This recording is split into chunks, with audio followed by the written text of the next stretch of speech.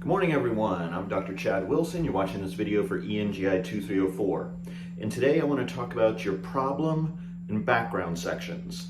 Now our textbook has only the problem section for the recommendation report. It doesn't have a background section. I think you should really have both. And please do what I'm asking you here. You should have two sections. So after your purpose statement, which is that one sentence statement that we worked on, after that, then you should have a problem and background.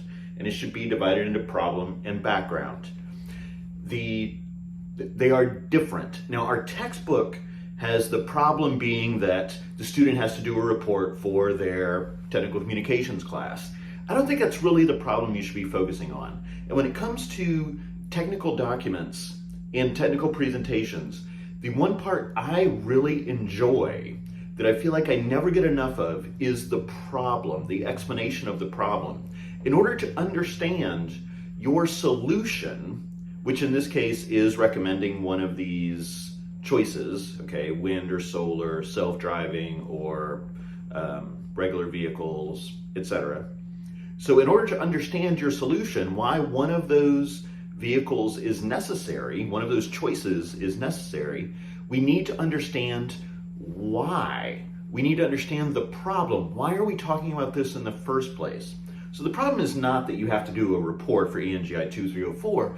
The problem is that climate change is going to destroy the planet. Now, you wouldn't state it quite so dramatically, but you're going to spend a little bit of time explaining how the climate change is leading to the need for wind and solar power, or how the depletion of fossil fuels is leading to the need for wind and solar power, or how the pollution caused by coal and natural gas extraction is leading to the need for wind and solar power.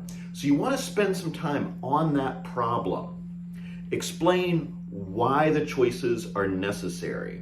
So the problem could be pollution, it could be climate change, it could be safety of cars and the number of accidents that are on the roads today, right? So maybe we need a safer option. So let's look at the safety between these two choices.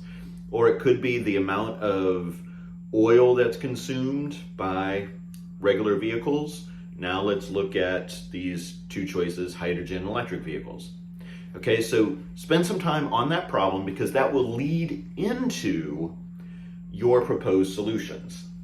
Now the background, which can be a subsection or you can put them together, but it should be a separate idea, okay?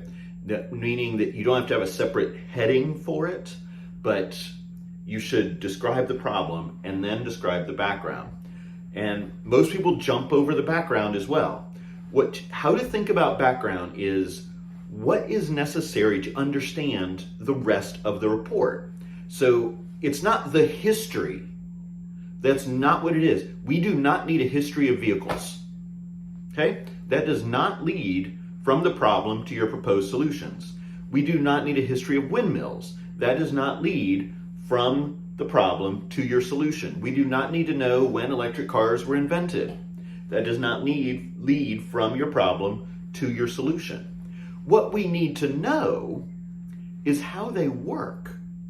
Okay, the background is if these two proposed solutions may address that problem, then describe those two proposed solutions.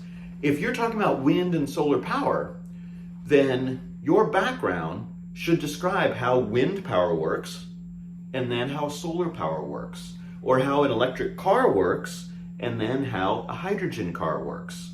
So the background should be lengthy.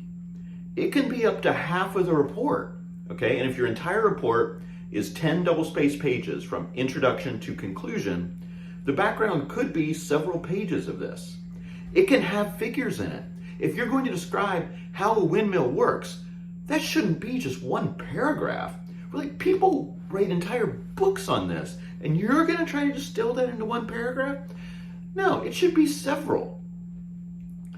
it should have a diagram, right? Take a diagram and use the diagram. Remember, whenever you insert one of these figures or tables, you need to explain it. You need to use it. Say, see figure 1 or figure 1 shows a typical vertical onshore wind turbine. The parts are labeled, okay, so you can see the parts labeled on the wind turbine. And then you would describe how each of those parts work. Don't have a figure or table that has information that you don't discuss, okay? You should discuss all of it. So if you're going to show a figure of a wind turbine, make sure you use it. You describe everything in it. You explain it.